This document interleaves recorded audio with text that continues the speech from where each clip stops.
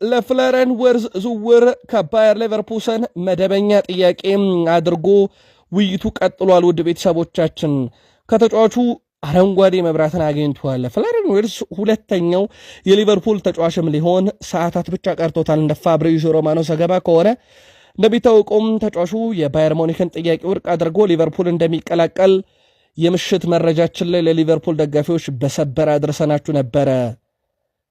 በዚህ ዝውውር ላይ ሪቻርድ ሂውዝ ትልቁን ስራ መስራታቸውን ነው ፋብሪዚዮ ሮማኖ ያረጋገጠው።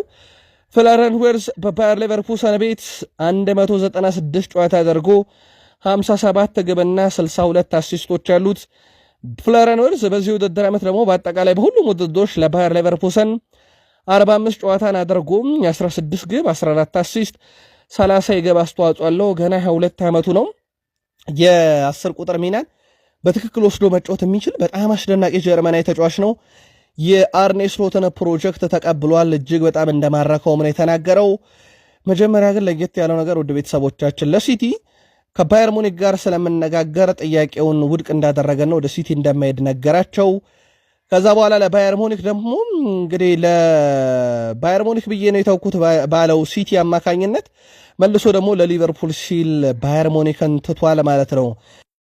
ዴቪድ ኦርኔስቲም ሪካርድ የሆነ የዝውውር ሂሳብ ለባየር ሌቨርኩሰን መቅረቡ አይቀርም ብሏል። በባየር ሌቨርኩሰንና በሊቨርፑል መካከል ድርድሩ እንደቀጠለ ሲሆን በሰዓታቱ ዝውውሩ ይፈጸማል ተብሎ ይጠበቃል።